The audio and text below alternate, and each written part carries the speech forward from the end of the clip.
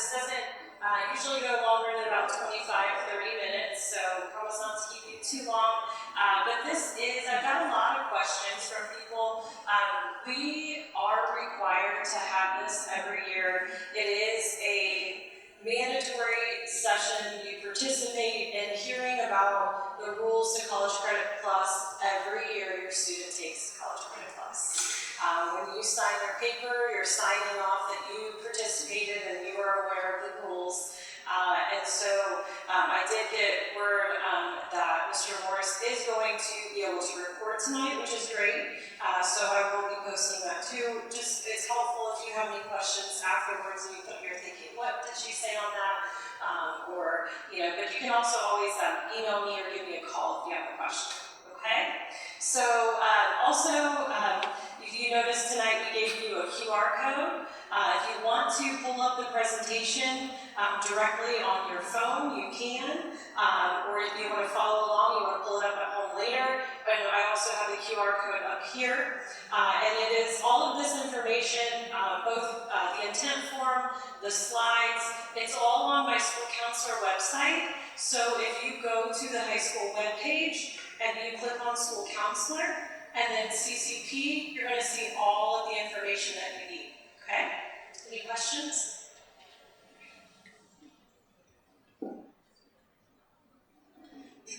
So the first thing I want to talk about is eligibility. To be eligible, there's certain criteria you have to meet. The first one is being in grades 7 through 12.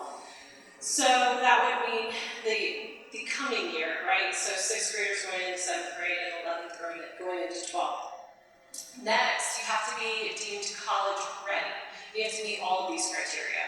So that's either testing score from ACT, SAT, or AccuPlacer, and then a 3.0 GPA. I'm going to come back to the ACT, SAT, AccuPlacer. So most commonly our students take the ACT.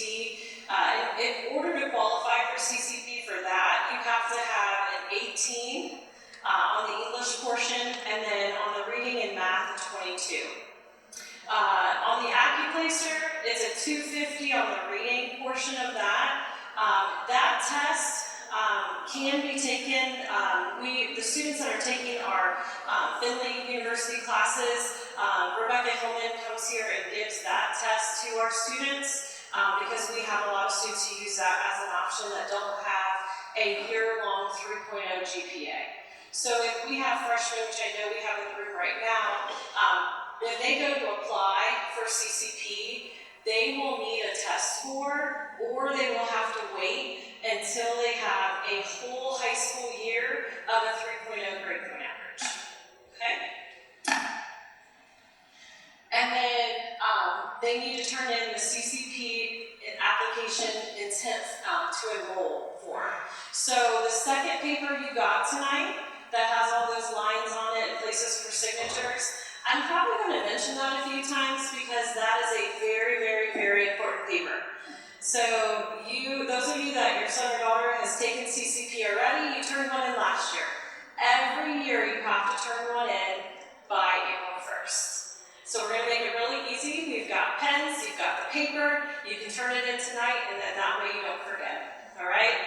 What that paper does is that allows your students' CCP to be paid for. So if you don't have it turned in by that April 1st deadline, the CCP funds would not pay for your son or daughter to take CCP. So it's super important that that gets turned in. So cost to CCP. This is the biggest advantage, right? This is why we want to take this for our students. So as long as the student is passing the class, there is no cost, okay? If they fail the course, or they fail to complete the course withdrawal after the withdrawal deadline, at that point, the student and the parent become fully responsible to repay the cost of that course. Also, the other cost to it is, if that would happen, but transportation. So a lot of our students are taking the online option, but there are students who do drive to and from campuses, and in that instance, the parent or student is responsible for the transportation costs. That is not covered by CCP funds. So I want to talk real quick about our course options. So we do have several courses taught here at Bluffton High School by our own staff through universities. And so our teachers are right over here. Mrs. Knowlton is in a parent-teacher conference right now, so she could not be here. But I'm going to start with college writing. So college writing 1 is for seniors, and that is with Miss Burford. Intro to literature is for our juniors, and that is taught by Mrs. Knowlton. And then we also started offering intro to public speaking and also teaching as a profession to juniors and seniors through the University of Findlay with Miss Burford. And then we are in our second year of offering American History 1 and 2 to our sophomores, taught by Mr. Rackley.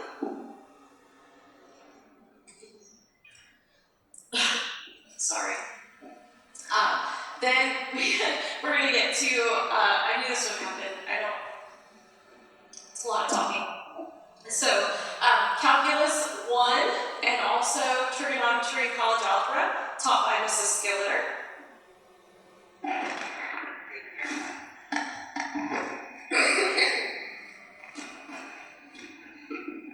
I apologize, now I'm losing my headpiece. Thought this was behind tech. There we go. Okay, so how do we enroll? Students and parents need to sign the intent to participate form. The second time I mentioned it. Students need to complete the college placement. And then this is a big one. So sometimes these 2 steps happen, and students fail to do step number 3. So it is your responsibility to apply to every university that you intend to take your CCP courses from by the deadlines of those universities. So you need to be aware of what they are. You need to make sure you're getting on their websites, getting everything done that you need to do, and then you need to stop back in the guidance office and you need to let us know which schools you've applied to so that we can send them your transcripts. So I put up some of our universities here and we actually have representatives from them here tonight. Bluffton University's deadline is May 1st. Finley's is June 1st. Rhodes is August 1st. ONU is May 1st. Along with OSU as well is May 1st.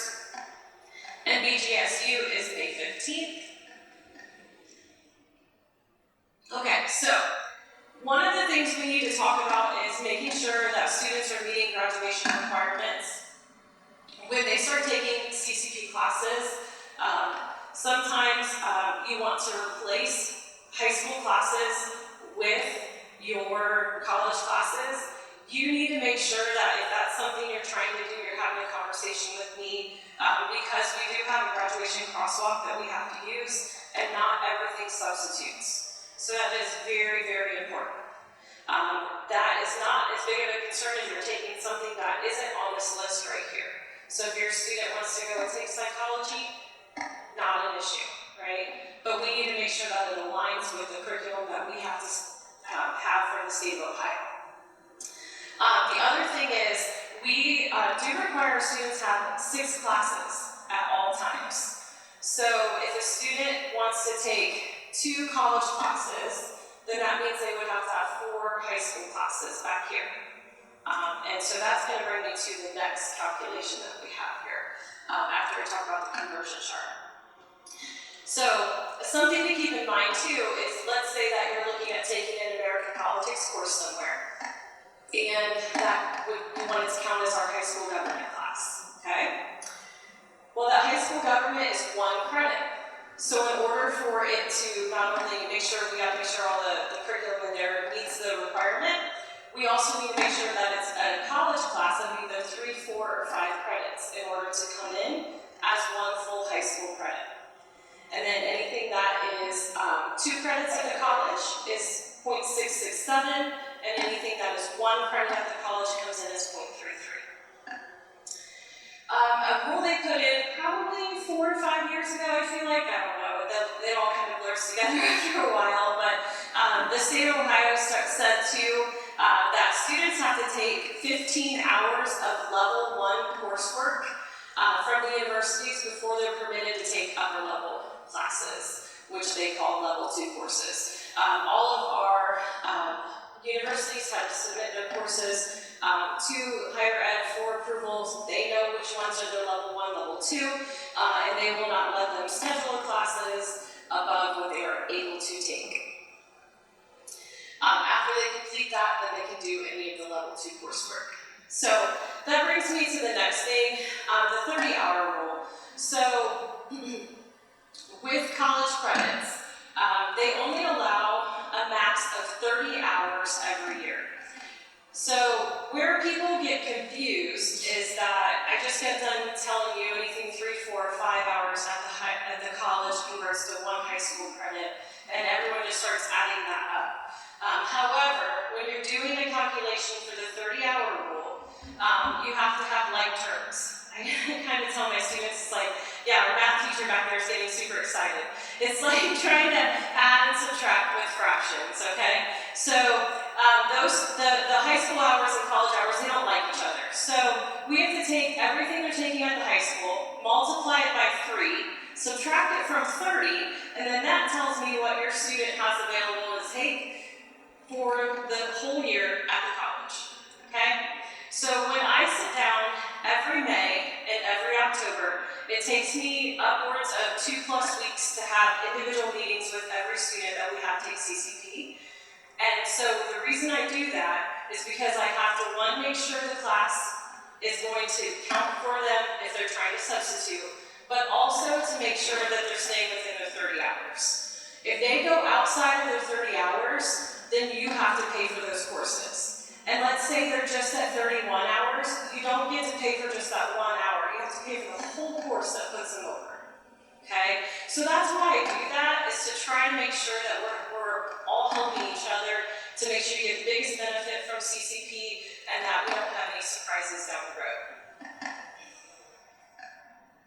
So this is the conversion, this is the chart I use. I have a lot of students, I'm a very visual person, and so students would come to me and they're like, okay, which class did I take again? Or what did I say I wanted to do? And so I put their high school classes when they meet with me at the top, and then I multiply it there. You can kind of see the work, and then all the courses go in those boxes down below. I put the college that they're taking it from. So if your student is taking CCP with Bluffton High School right now, then they have one of these sheets with me. So one of the things I do have to talk to you about is potential concerns. This is a requirement that I go over. So it's college, right? And that you have to make sure that they're ready. It is going to be harder. The grades are going to be important.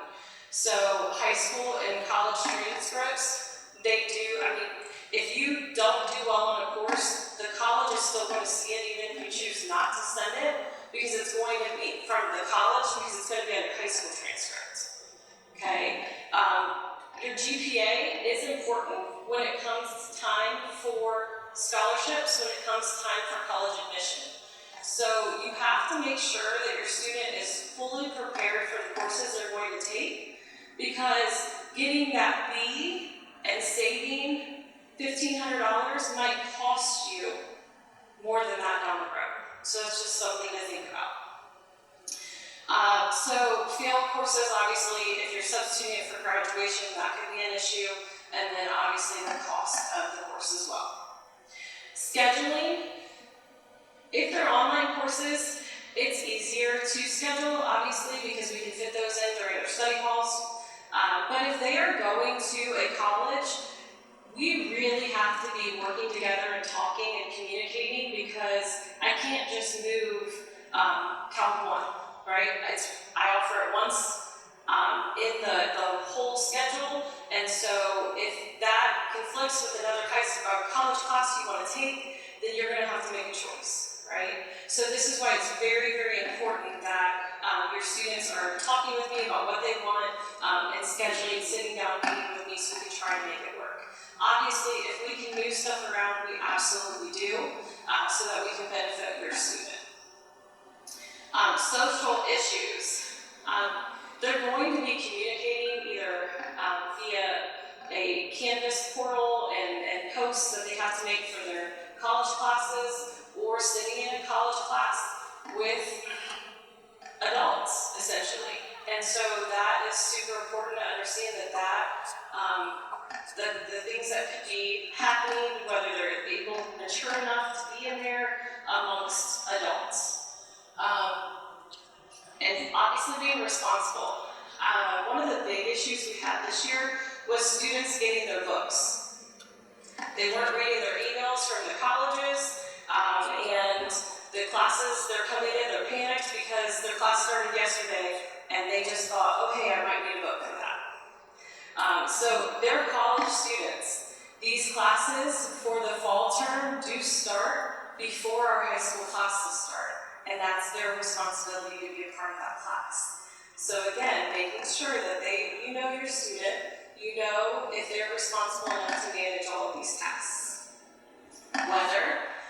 Colleges don't cancel. I'm sure our partners here would wish they did sometimes, but they don't cancel for weather. So if we have a day where we cancel, they're going to need to be there still.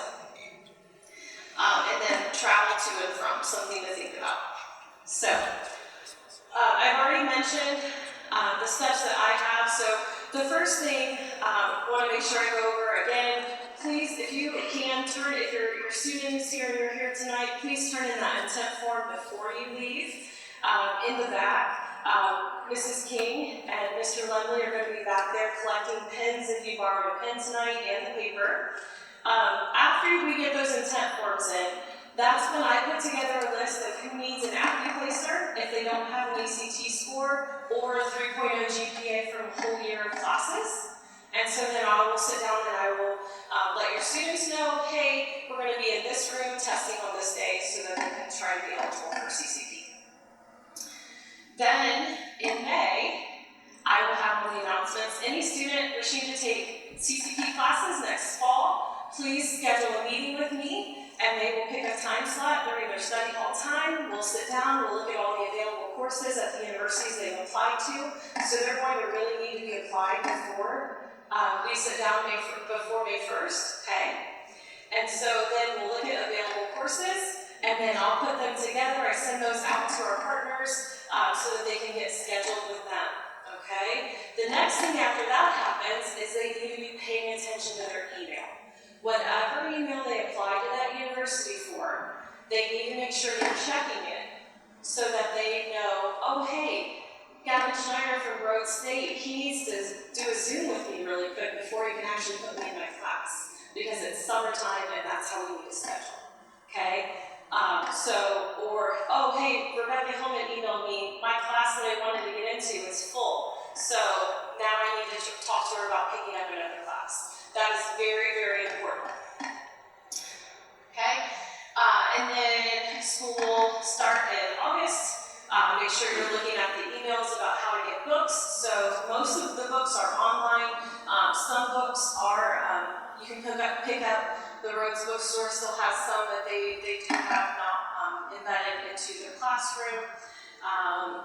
And then in October, I reach out to our partners at the universities and I ask them, when are you going to start scheduling my students for spring term? And most of them are about October 25th, October 27th. So what I do is I set my CCP meetings up before that deadline so that my students are ready to go and get scheduled and don't miss out on the opportunity to hopefully get all the classes that they want. So after that, again, they're paying attention to their emails. So that's pretty much the next steps I've got for you. The universities are required to have a mature content form. They just need you to understand that this is a college class. There is an opportunity for things that may be of mature content, and that you understand that. And if you don't agree, then they won't be able to offer the class to your student. Communication. I've already mentioned this a little bit, but courses at the university, especially if travel is involved, I need to make sure that I'm aware and that I can help you make sure you're getting where you need to go on time. Scheduling, again, substituting courses, making sure they work, and that letter of intent. So I did put on a slide all together, the deadlines, just to make it easier for you. And again, if you have questions, I'm going to be down here at the end, but you can always email me, you can give me a call. So tonight we have with us Kelly Schneider from BGSU. So if you're interested in hearing more about what BGSU has to offer for CCP, please stop over there and talk with her. These are their requirements in order to get into CCP classes. And there's some contact information, deadlines. Summer courses are able to be taken. That's not something I really, I didn't talk about it, but if you take a summer class, it counts as part of your fall schedule, okay? So sometimes we do have students that will take a summer class because they know they're not as busy in the summer and they can fit that in. We also have Brenda Brackman here from Ohio Northern University.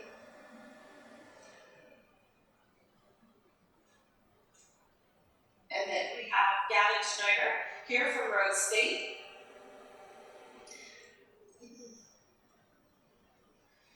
They put together pathways here. So like I had a student who just did a senior project presentation today. She came to me in August and said, you know what, I figured out what I want to do, and I'm going to be a dental hygienist. I'm going to Rhodes State. Help me get there with taking as many classes in high school CCP that I can. So we use this, and we have figured it out, and she's maximizing her schedule. That's one other thing I do want to bring up that I have not mentioned yet. So obviously CCP, it's got a lot of allure because of the free cost to students. But one thing I want you to keep in mind, I want you to take it for the right reasons. So you can take it to replace classes at the high school, yes. You can take it, I encourage students, we can't offer everything, right? We don't have all of the business classes and some of the history classes if you want to go into politics and things like that. So if you are interested in exploring that, that is your time to do it. I've had students who've taken medical terminology and they go, ooh, that was awful. I really actually learned that I don't want to do anything in medicine. And that's okay too. So it's your time to explore. When students, I hear this a lot from people. Well, so-and-so knows somebody that went to college and they were a sophomore and my child's coming in as a freshman. That very well may be credit hour-wise. But what I want you to understand is that just because they have 30 or 40 hours done doesn't mean it counts towards their major and what they need to graduate from that university. And that's very important for you to understand. I don't have to tell you that, I just want you to know it because I don't want you to be upset later. So the only thing, those hours, the student's not losing it, and they get to schedule before your son or daughter, but it may not be the calc that they needed, or it may not be the English that they needed, or so on and so forth. So unless, a lot of times I have seniors that sit down in front of me in our October meeting, and they say, hey, this is where I want to go, this is what I want to do, and I've got my sheets from the universities of what I need, and I'm like, that's great, let's look at what transfers on a transferology.com to that university, and let's see what can count so that we can hopefully better your chances at checking all the boxes off, okay? So I just want you to keep that in the back of your mind. I hope that everything your son or daughter does goes to the university and counts for everything that they need. They don't lose the hours, but they may not count towards what they need to graduate from the university.